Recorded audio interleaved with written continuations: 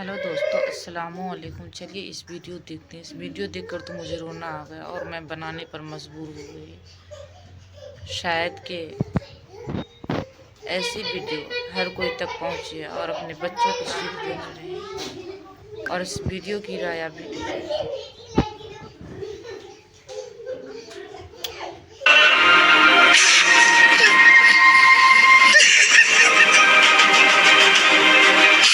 मुझे पढ़ा लिखा कर ग्रेजुएशन पोस्ट ग्रेजुएट करा दिया, एक हॉस्पिटल में एक डॉक्टर बना दिया। मैं कभी अपने वालिद को रेस्पेक्ट नहीं किया।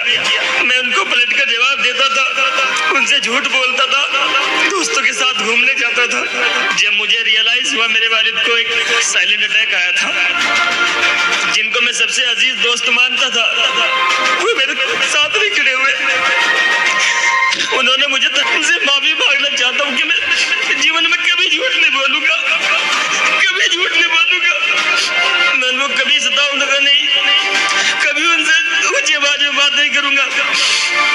मैं सभी को आपको यही कहना चाहता हूँ, ये प्लेटफॉर्म हम सबको इतना बढ़िया मिला है। जमा सर से इंस्पायर होकर के अगर आप एक छोटी सी चीज भी सीख के यहाँ से चले गए तो आपकी जिंदगी संवर जाएगी। मैंने कहा ना आपको कि आप बीमार हो जाओगे। आप 40 दिन नहीं 40 साल भी रहोगे हॉस्पिटल में। 40 साल तक पखाना धुलाती रहेगी माँ। अगर माँ अंधी भी है ना, बेशक वो तो माँ ही है। माँ के जैसा कौन कर सकता है। जो माँ कर देगी वो किसी के बस की बात नहीं है। फिर भी आजकल के बच्चे जो होते हैं ना, फरामोश होते हैं। फिर भी आपका पेशाब पखाना धुलाती रहेगी वो। इसी का नाम माँ है। मैं गांव से आता हूं और मेरे वालिदैन पढ़े लिखे नहीं हैं। मेरे वालिद ने खुद के लिए कभी कोई साइकिल भी नहीं ली और मुझे बाइक तक भी दिलवाई। मुझे पढ़ा लिखा कर ग्रेजुएशन पोस्ट ग्रेजुएट करा दिया, एक हॉस्पिटल में एक डॉक्टर बना दिया। लेकिन मैं कभी अपने वालिद को रेस्पेक्ट नहीं किया। मैं उनको पलट कर जवाब देता था, उनसे झूठ बोलता था, दोस्तों के साथ घूमने जाता था। जब मुझे रियलाइज हुआ मेरे वालिद को एक साइलेंट अटैक आया था, उस टाइम मुझे रियलाइज हुआ कि मेरे वालिद ने मेरे लिए सब कुछ किया है और तूने कुछ भी नहीं किया है। मैं उनको लेकर के दिल्ली पहुंचा, राम मनोहर लोहिया हॉस्पिटल में। पैसा नहीं। सबसे बड़ी चीज़ है इंसान को एहसास। अगर एहसास हो गया है तो समझो अपनी गलती की माफ़ी मांग रहे हो। इस भाई ने उसी तरह अपनी गलती को एहसास करते हुए यहाँ अपने अब्बू से माफ़ी मांगी। इनको मैं सबसे अजीज दोस्त मानता था, वो मेरे साथ नहीं खड़े हुए। उन्होंने मुझे तन्हा छोड़ दिया, लेकिन मेरा अल्लाह देख रहा था, उसने मुझे तन्हा नहीं छोड़ा। अल्लाह की मदद वहां पर भी आई। मैं रात में 2 रकात नमाज पढ़ के रोया अल्लाह से, अल्लाह पैसा नहीं है, ऑपरेशन कैसे कराऊं। तो अल्लाह की मदद आई। हॉस्पिटल के अंदर एक मैनेजर ने बोला कि तुम्हारे पास इनकम सर्टिफिकेट है। मैंने कहा जी है, घर पे है पापा का। तो मैं वो सर्टिफिकेट मंगाया और मंगा करके उनको दिखाया।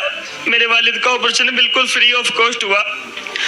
तो उस वक्त मुझे रियलाइज हुआ कि जीवन में वालिदैन की खिदमत करना कितना लाजिम है। शायद उनकी दुआओं की वजह से आज वो ऑपरेशन हो पाया और अल्लाह ने मुझे वो डायरेक्शन दिखाई। और एक सबसे बड़ी कमी जो मेरे अंदर थी, झूठ बोलना।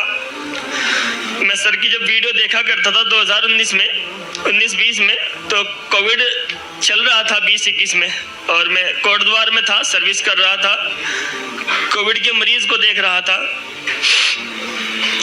तो मुझे वहां पे एहसास हुआ कि जीवन में कोई रिश्ता किसी से काम नहीं आ रहा। वालिदैन को छोड़ कर लोग भाग रहे हैं, बीमारी से बच रहे हैं, माएँ मर रही हैं। मैं अपने हाथों से लोगों की बॉडी उठाया, 200, 400, 500, कुछ पता नहीं कितनी बॉडी उठाया। मैं देख रहा हूँ एक मरीज इधर मर रहा है, किधर मर रहा है। तो अल्लाह का एहसान और करम है, मेरे वालिदैन जिंदा है और मैं इस मंच के माध्यम से उनसे माफी मांगना चाहता हूँ कि मैं जीवन में कभी झूठ नहीं बोलूंगा, कभी झूठ नहीं बोलूंगा। मैं उनको कभी सताऊंगा नहीं, कभी उनसे ऊंची आवाज में बात नहीं करूंगा। जिन्होंने मेरे लिए सब कुछ किया, कुछ साइकिल नहीं रही, मुझे मोटरसाइकिल तक दिलवाई, मुझे पढ़ा लिखा कर इतना बड़ा कर दिया। 30 साल मेरा खर्च उठाया। मेरा एक्सीडेंट हो गया था 2021 में, मेरी शादी के 7 दिन बाद। क्या मंजर होता होगा वो जिसकी शादी हुई है और 7 दिन के बाद उसका एक्सीडेंट हो जाए। मेरी वालिदा ने मेरा पैखाना धोया।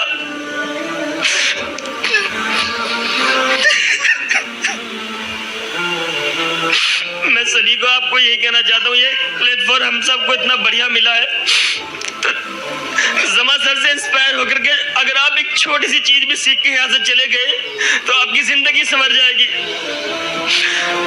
मुझे यकीन है कि आप इतना वालिदैन को सताया नहीं होगा, क्योंकि वालिदैन की दुआओं से तो आप डॉक्टर बने हो माशाल्लाह। लेकिन खड़े होकर के बोलना कि नहीं वालिदैन को मैंने सताया, झूठ बोला मैंने, और थैंकफुल है आप कितनी दर्द लेकर एक्सीडेंट होने के बाद, हालांकि बीवी खिदमत करना चाहिए, पखाना कौन धुला रही है? माँ धुला रही है, इसको माँ कहते हैं। मैंने कहा ना आपको कि आप बीमार हो जाओगे, आप 40 दिन नहीं 40 साल भी रहोगे हॉस्पिटल में, 40 साल तक पखाना धुलाती रहेगी माँ। अगर माँ अंधी भी है ना, फिर भी आपका पेशाब पखाना धुलाती रहेगी वो। इसी का नाम माँ है, क्योंकि माँ में अल्लाह वो मोहब्बत डालता है माँ के सीने में बच्चों के लिए। काश बच्चे वो समझ जाएं उस मोहब्बत को। जवानी में जो हार्मोन्स की वजह से जो लव हो जाता है नौजवान बच्चे बच्चियों को, उस मोहब्बत को तो समझ पा रहे हैं आप लोग। जब लाइफ पार्टनर्स बनाने की कोशिश करते हैं वहां तो मोहब्बत को समझ रहे हैं, लेकिन माँ की मोहब्बत की भी तो समझो ना आप लोग। जो अल्लाह मिसाल